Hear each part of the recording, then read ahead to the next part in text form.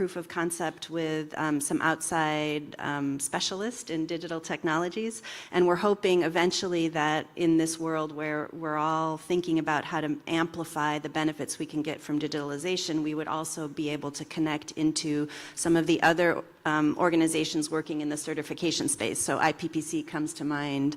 If the other standard-setting organizations adopt e-certification processes, we'd be looking at those too, not on the seed side, but in other parts of our work.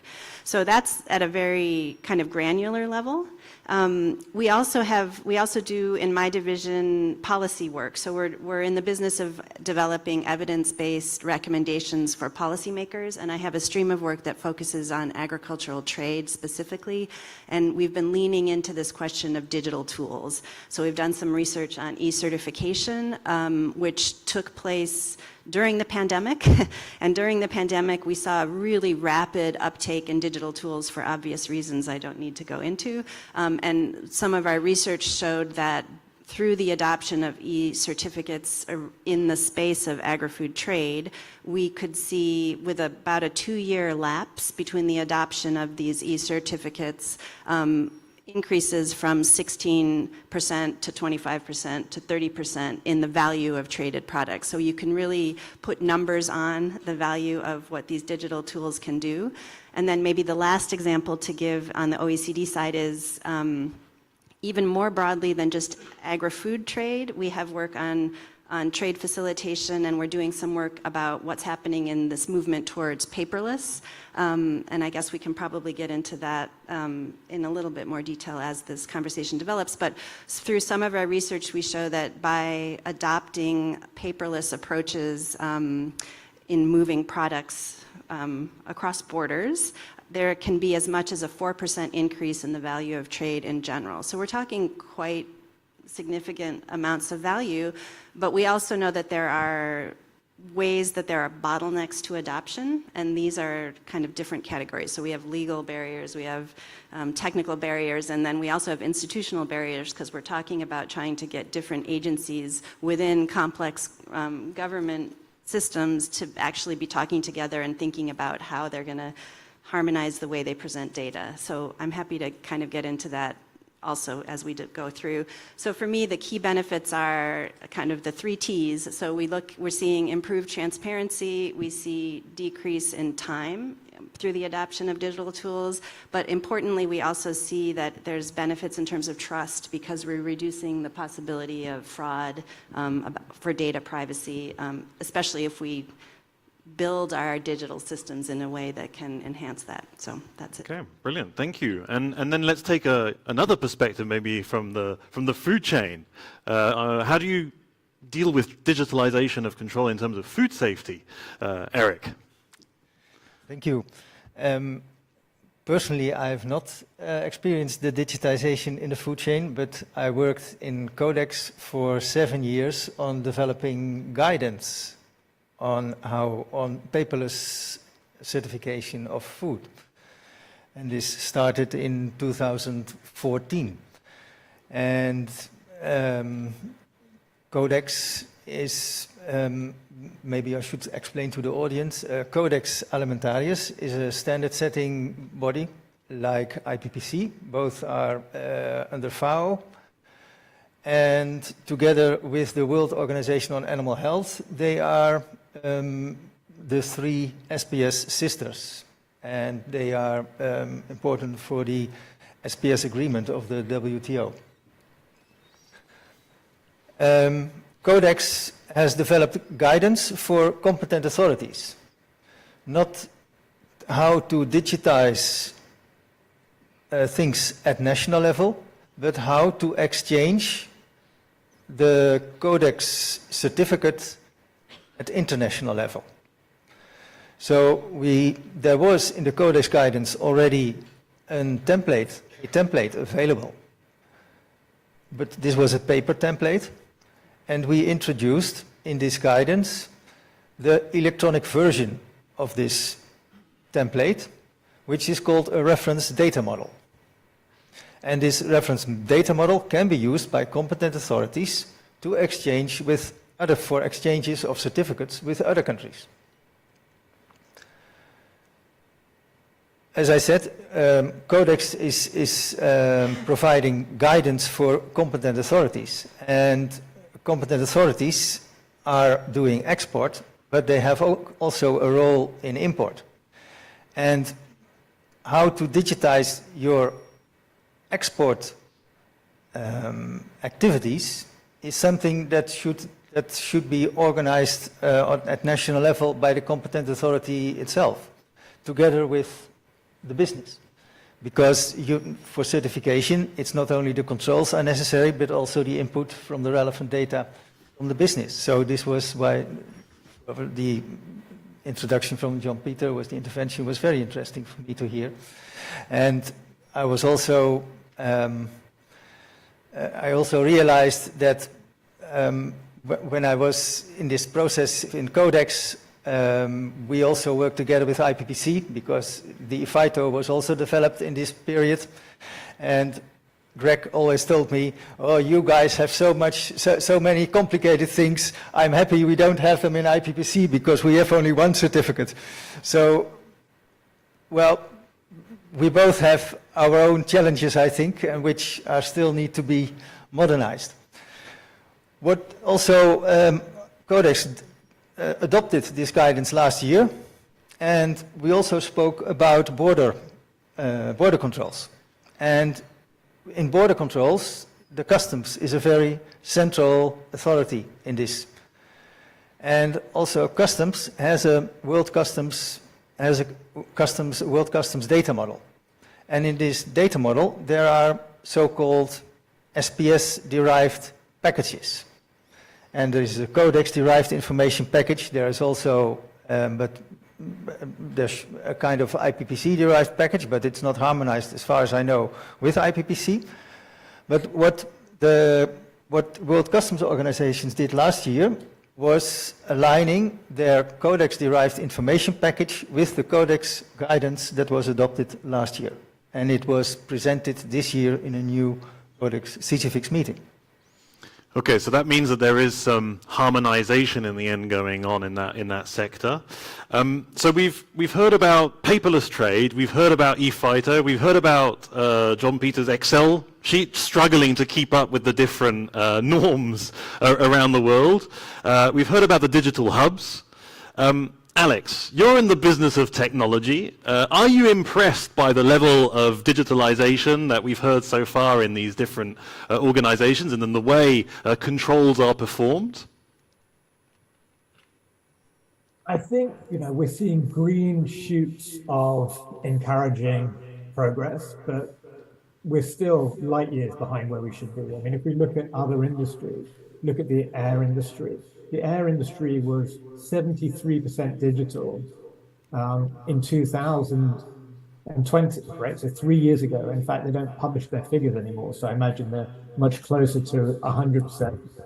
Now, cross-border is incredibly complicated, and the food industry has some of the most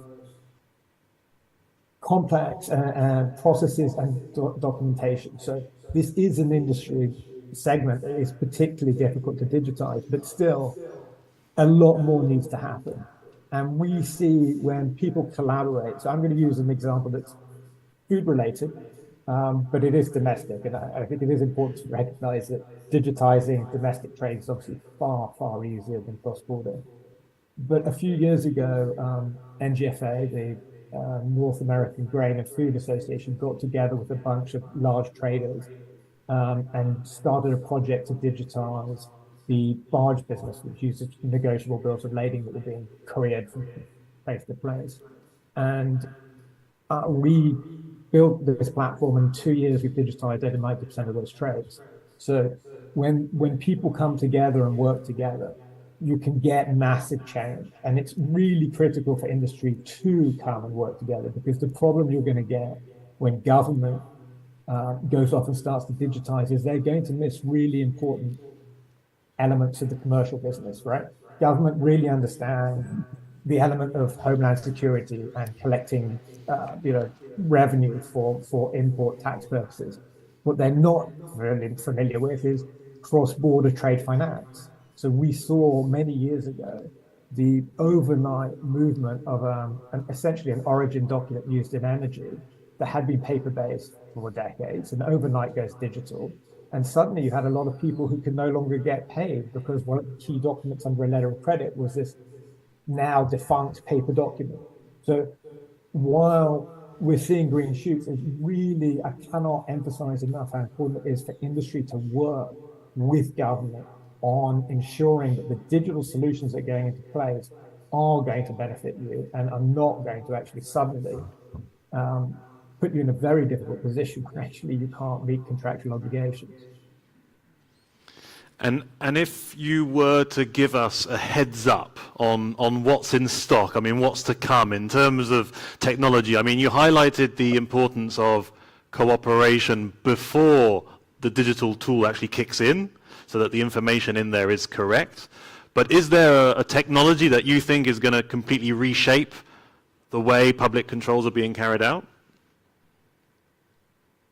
Everyone always looks for a silver bullet, but let's be realistic. In a world of AI, we're suddenly getting hyper competitive. You suddenly see China investing very heavily. You see the US investing heavily. Europe has, put such laws into place that we're never actually going to be able to compete on an AI level. So, is AI going to solve this?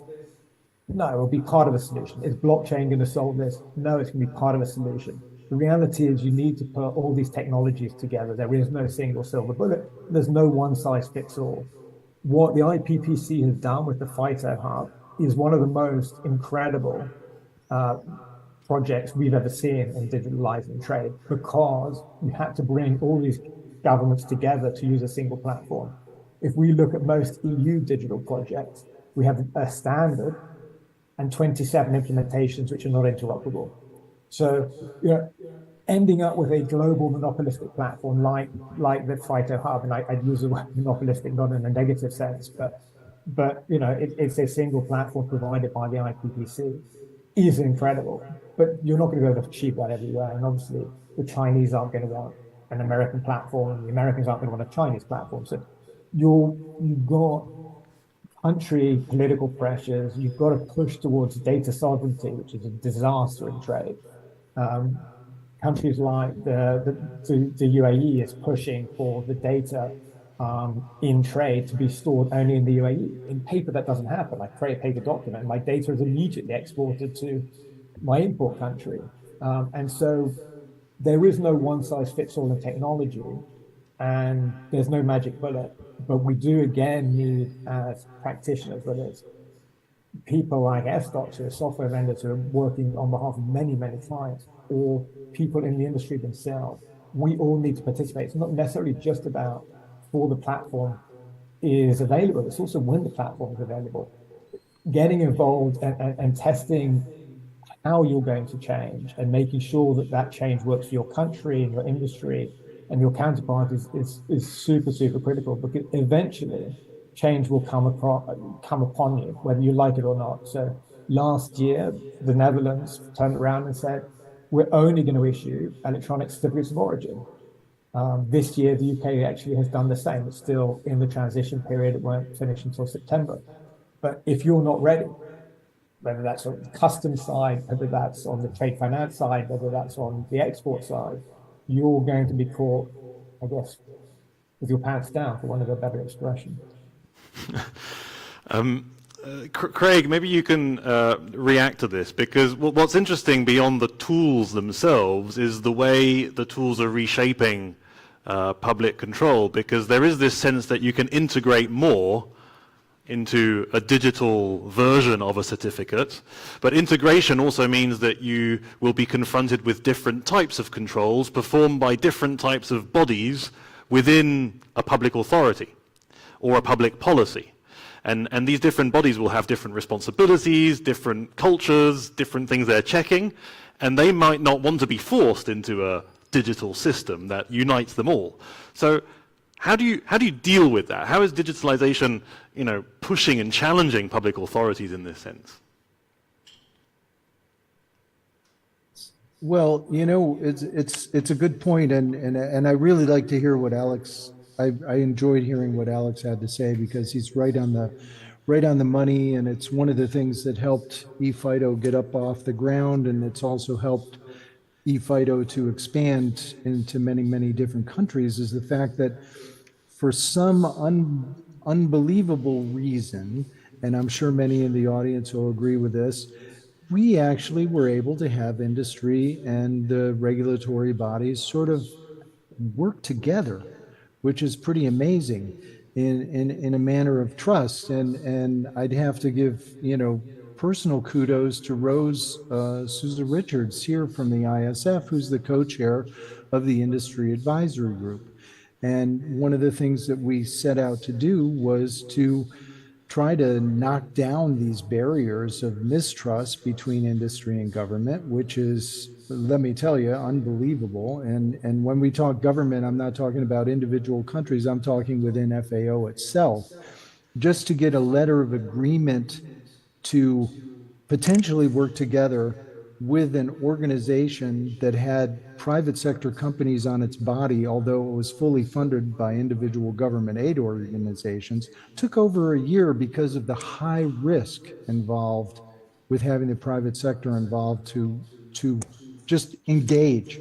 So one of the big things that I think is super important is overcoming this, this mistrust or whatever. And with ePhyto, we've been able to accomplish that. And I'm really pleased to say that we're continuing to work together with the industry groups and the bigger organizations. And I know, yeah, it's a rough road to hoe, I guess, to make this happen. But for me, yeah, that's still one of the biggest challenges is getting over this hump of mistrust between private and public sector. Fortunately, with ePhyto, we've managed that and really appreciate everything that the ISF has done in making this happen. John-Pieter wants to jump in. Yeah, I think it's important to stress. Basically, it's not about technology at all. It's about cooperation between MPPOs and private companies or private sector, because in the end you have to come to standards. In the ideal world, of course, we would like to have the same legislation in every country, but that's the ideal world, and I don't see that happen soon, so to say. But knowing that you have an end-to-end relationship between destination and origin countries with your products, it starts with having at least the same format of getting all the requirements from the countries in your systems, because that's where it starts. Then you know what to do, and then you can use it in your supply chain planning, etc. Having that, then you have seedlots that have to move from one place to the other place, and they need a phyto. That's the second step, so to say. In the preparation, we need much more than an ePhyto only. And I think it's a good first step, but still then there are possibilities to describe a disease or whatever in your declaration. If the destination country slightly describes the disease different than the origin country, there is a mismatch. Then the destination country will say, I don't know this disease. Tell me what it is. I need a declaration. You don't have it, so it's a no-go. And then we start picking up the phone, making calls, sending letters to explain then, sorry, it's really the same. You can trust this. It's the declaration for that disease that you need. And again, a lot of work. And if it's only one country to the other country, no, we have end-to-end relationships. So for that purpose, we also need standard formats for diseases, for all kind of things you need standards. And then you can make steps by, in your systems, using those standards and make things more efficient.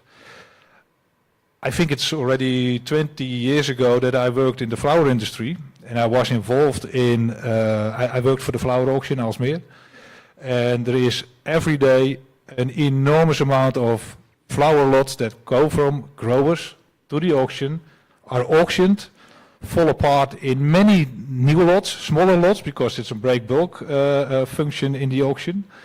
And then information goes to the buyers. It was all digital, all standardized. Every item you can think of that is important for a flower lot was in the information. And there was one body that maintained the standards. And every software supplier, every auction, every grower, every buyer uses that standard. And you can completely digitize your whole process based on those standards. And I think that's what we really need. And what type of technology you use to integrate it in your company or as governmental bodies or whatsoever is the next step. And it can be different as long as the information you exchange has a standard format. And I think that's the challenge for our industry, to get that done. Okay, thank you. Leanne, you wanted to jump in as well. Yeah, just maybe to add another layer of complexity onto this. So we're talking, yet another layer. So we're talking quite a bit about product characteristics, so risks that are really embedded in the product that's traded, but we're moving into this world where we see governments are implementing regulations that are focusing on sustainability. And here it's not something that you can sort of test on physical products. It has to do with impacts along supply chains that you need to measure. And if governments are saying they're implementing regulations because they're getting particular environmental outcomes, for example, we need our digital tools to also be able to be tracking those kinds of outcomes along the supply chains. And here I think some of these issues around harmonizing the way data is presented is also really important. And that's very complicated, of course, because we know that our regulatory systems around the world are going in lots of different directions. And we see that there's fragmentation around that, which is only going to make the complexity worse. So one of the questions that we're going to be asking in future research is there a benefit to thinking about harmonization also around these sustainability characteristics? And Erik, this kind of political ambition, I mean, I would imagine is much stronger when it comes to food, which is really in the forefront of the, public debate. Seed, in a way, will be a little bit, outside of that. Do you also see then this kind of political ambition putting extra pressure on, integration? I'm not sure there is political pressure on integration of all kind of data. I see the necessity that to clarify what kind of data and to standardize the kind of data you need to share. And when you are looking at a certificate, in a certificate there are a lot of requirements. But basically this is only one data field together with a lot of other data elements.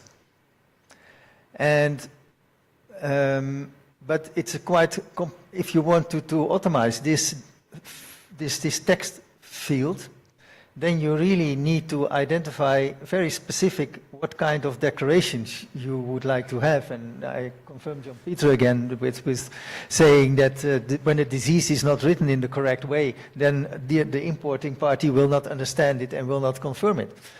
And I'm happy that I can also announce that we, in Codex, in CCFix, that we are going to have a discussion paper on how to get more grip on these attestations. And Brazil is leading this exercise, and Brazil is currently drafting a paper to try to get more grip on this and to get more understanding what kind of declarations could be shared among importing and exporting and importing countries. But what you should always realize in trade is, and that's the difficulty with certificates, the exporting country has to comply with the legislation of the importing country. This is always one of the most challenging things, where when we comply with EU rules, then we do not necessarily comply with regulations in other parts of the world. Yeah. No, and that makes John-Pieter's life, for instance, pretty difficult. I fully understand that. But Alex also mentioned the question of data sovereignty in these relationships of trust building that are required. I think we've discussed quite a bit the cross-border element and the challenges there, but there's also this data sovereignty question. And I would imagine that when you're trying to build a system that tries to harmonize, you will need to be very legitimate when it comes to the way you are handling data. And both from the public authorities perspective, but also from the private sector. Maybe I could just start with John-Pieter very quickly. How comfortable are you sharing data into this kind of system? I think here again, this is more the technology we are discussing, and because you can send point to point, and it's not collected anywhere. So there is still a choice what you collect in a kind of hub and what you do point to point. So that there are still possibilities, not per se that when you digitize, it's always that you have it in one place where everybody can look at it. If parties feel more comfortable with point-to-point exchange of information, that can work very well too. Yeah, but you might feel less comfortable if there were more eyes looking at that data because it's been integrated. I mean, that is possible. I tend to say for a company, doesn't matter. We don't have secrets, so people can have a look at what we are doing. That's fine. It's more, I think, governments that have difficulties with it. The Chinese government that doesn't want to have the hub in the US or the other way around. That's not a company discussion, We do what we do, and we want to be transparent in that. Craig, a reaction to that one on this data sovereignty question? Yeah, it's a good point that you brought up about the point-to-point. And in the case of the ePhyto solution, one of the things we specifically did not do is require that we retain any data at all from the phytosanitary certificates, because some of the data in those phytosanitary certificates, the terms of trade, what requirements individual countries will have, which Erik said very clearly, the importing country might have some requirements for some commodities from, say, Greece going to Argentina, but it'll have completely different requirements for the same exact commodity coming from Australia going to Argentina. And one of the things that we felt very strongly about when we developed the ePhyto Hub is that all we need to see are the number of certificates going through the system. And we intentionally built it that way so that not so much for industry, but for the governments to trust that all these little secret deals that are going around for bilateral trade aren't harmed or at risk by sending phytosanitary certificates through the ePhyto Hub. So in that sense, you don't necessarily have to do point-to-point, because in the hub, you can do point-to-point through a multilateral system. So, what goes from one country to another country is simply between those two countries, and it passes through the hub without any other information other than there's a phytosanitary certificate going from Argentina to Brazil or from Mexico to Chile or what have you. So that's one of the ways to build the trust there. But in a way, there's those sensitivities, we try to take those into account. And this is also then linked to what happens if there is a problem as well. I mean, there are those calls that will have to be made because there is a misunderstanding on the actual certificate. But can digitalization completely transform the way that operators relate then to public authorities and public checks? Because I suppose that you can't replace the actual checks and controls. I mean, they will still be in the material world, correct? But is that really true? But you go to customs, they use a risk-based approach. Exactly. They don't test everything. So ultimately, it's just the identification of the transaction that is at risk that needs to be examined more closely.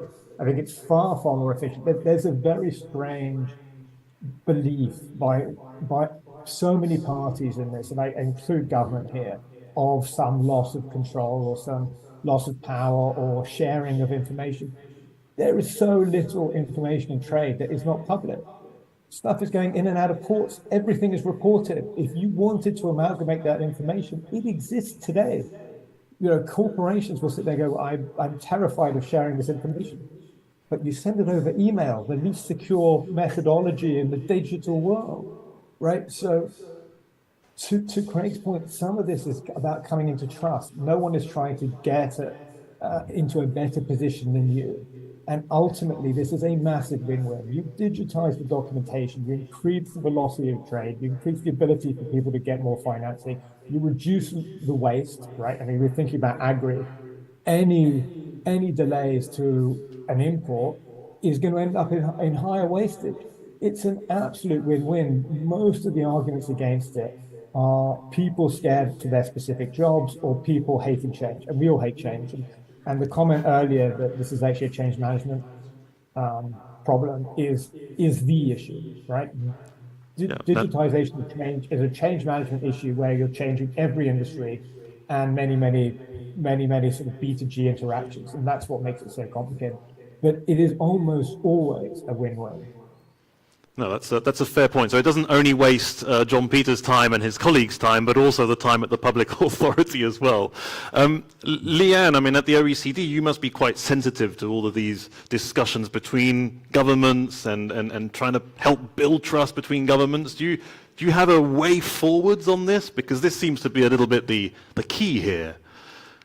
Do I have a way forward? Well, I can say that last year we had an OECD agricultural ministerial, and in the declaration, all the OECD members said that in order to get to transformative solutions in our space and agri-food systems, we do need to make sure that we have better dialogue across stakeholder groups, and that implicitly really is the public-private partnership and having that dialogue. And I was thinking, listening to this conversation a lot, that we also need to make sure we draw in the digital experts, because we sit sometimes in a space, I mean, I learned a lot just listening here. We sit in a space where we're not necessarily asking the right questions about what the technology can do to solve the problems. So we're thinking about different ways of bringing together groups already within the seed certification scheme that's in my unit. That's already quite a robust public-private dialogue, but of course, anything we can do to help that conversation continue, we'll take that on. Yeah, please, Erik, jump in. Yeah, thank you. Speaking about digitalization, Codex has provided guidance in a semantical way. So the electronic version of the digital certificate contains all the data elements that are required worldwide, that could be required worldwide. When these data are exchanged electronically, this provides trust amongst the exporting and importing competent authority. If you compare it to the paper situation, then a paper is handed over by the importer to the importing competent authority for the controls. And then the importing competent authority has to check whether the certificate is original, authentic, etc., not manipulated, and if the right declarations are inside. When you transfer these data electronic, then the data is exchanged between both competent authorities. And there is no need to verify the authenticity, integrity, and of the data, because they are already there. And in the electronic world, when a certificate is exchanged, at least this is how we in the Netherlands have implemented electronic exchanges, and also like it is in the Codex guidance, that the receiving competent authority acknowledges the reception of the certificate. So instead of that the process is ending for the exporting competent authority by handing over the paper certificate to the exporter, now the process for the exporting competent authority is basically finished by the confirmation from the importing competent authority that the certificate is properly received.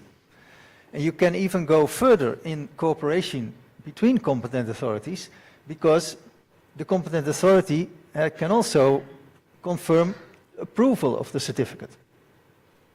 But basically, this is not a really it's not common practice at this moment. But it is possible to confirm this kind of things. Yeah, and to make controls a little bit more fluid.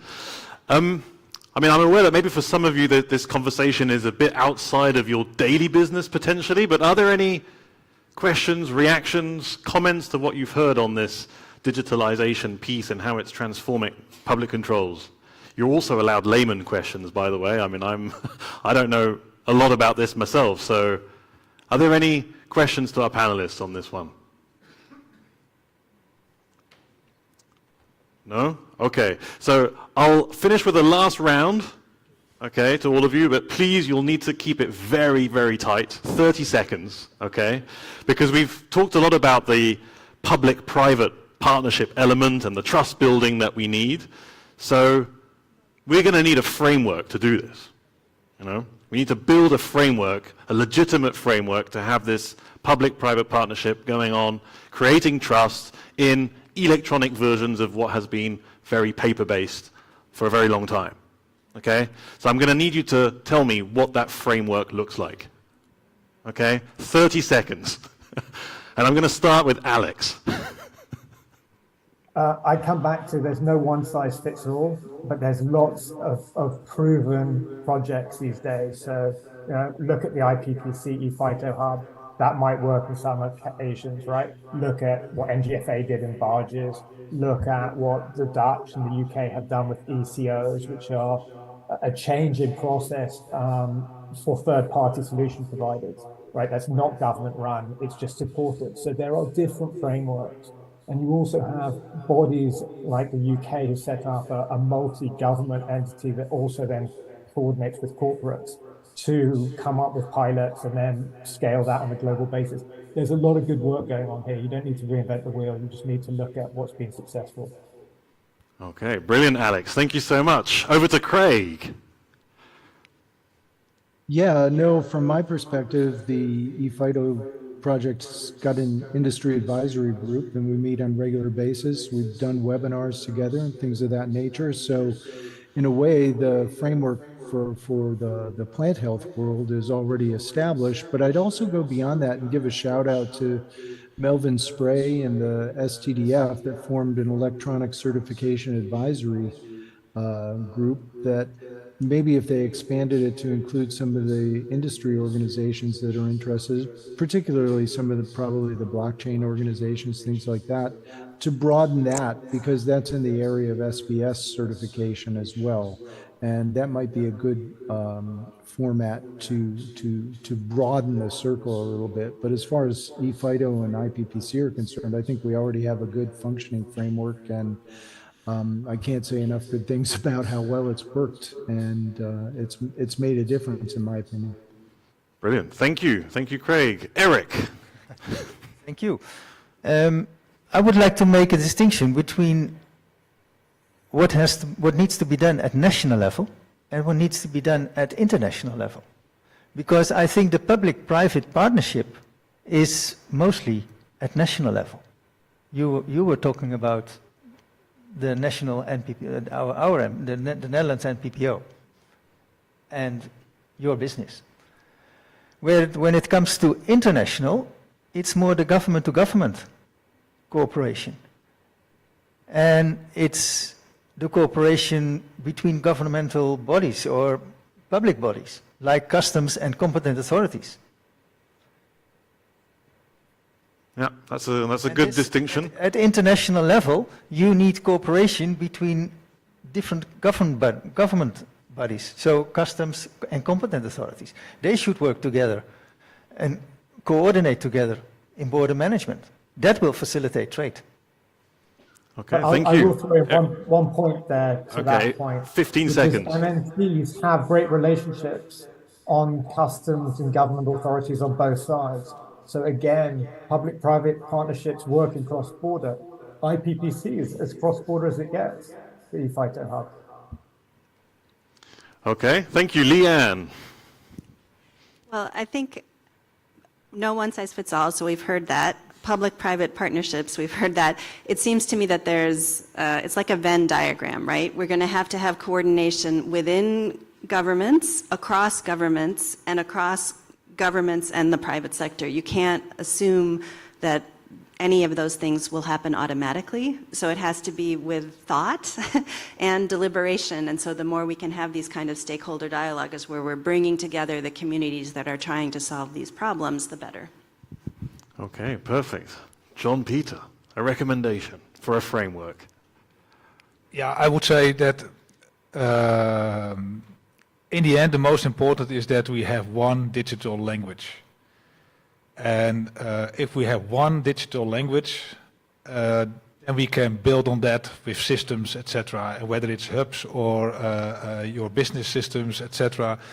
One digital language, that's important. Because as long as we talk 100 languages to each other, our system, maybe we have a stupid system, I don't know, but our system cannot cope with that. And I think that is the most important, and for that, yes, you need governments that talk together, but it can only work, I think, when also the public sector is connected to that, because, yeah, you have to find a way together, and only that will work. And then we are not talking about what kind of legislation and uniforming that's the next level. Okay, we need a kind of Esperanto to facilitate trade of seeds and cross-border certificates. Okay, brilliant. A warm round of applause for our panelists here in Cape Town, but also virtually. Thank you so much for your time. I would like now to hand over to Rose at the ISF Secretariat, Seed Health Manager, for the conclusions. Rose, over to you. Thank you so much. It should work. Yeah, Thank you so much. And it was really a fantastic hour. I would like to say on behalf of the ISF Secretariat and on behalf of myself as well, to John-Pieter, Erik, Leanne, and Alex and Craig, because really this has been a fantastic conversation. I have been working on behalf of the ISF Secretariat, on behalf of you guys from the private sector, to be able to bring digitalization, encouraging, fostering conversation and relationship together with the public sector. I don't think it needs to be a framework just between the two governments. I think it needs to be between governments and private sector. We have been working really hard to be able to bring the message of digitalization together with IPPC, as Craig mentioned about the industry advisory group, the examples that Alex mentioned as well, but also we have the World Bank here as well, working together with them to bring this message and working together with STDF. So I truly believe, and ISF truly believe, that cooperation, fostering conversations is very important. And to be very on point on this going forward, on the 21st and 22nd of June, ISF will be there together with IPPC in a number of different countries in Africa on a webinar where we'll be bringing the message of digitalization and also ePhyto. Further with that, I'm going to continue working with the OECD, so ISF and OECD, on a particular report about the impact of ePhyto, projects, collaboration with STDF, where across the Asia-Pacific region, we are bringing the digitalization, supporting 7 different governments to be able to implement ePhyto, and hopefully working with the World Bank going forward on digitalization, because we wanted to make sure that the trade facilitation agreement is truly implemented across. So I think in terms of the framework, fostering collaboration, bringing digitalization, be able to make sure that there is a movement of plant and plant products, especially seed, because seed is the beginning of the food supply chain. This is the message of ISF. And with that, I would like to say thank you to all of you to be here for the discussion. I hope everybody have took a very good message. And thank you again to all the speakers for accepting the invitation, for being here. And thank you so much for the online speakers as well. Thank you to all. Thank you, and so we will be back tomorrow, 9 a.m. sharp, for the third panel, Is There a Role for Breeders in UPOV? Okay, a provocative question. So see you tomorrow morning, 9 a.m. Well done. Good, Thank you so much. Take it easy, Alex. Let's keep in touch. sure, absolutely. Gotta get the blockchain guys moving with us. I'll do my best. Appreciate that. All right. Take care. You too. Bye-bye. Bye.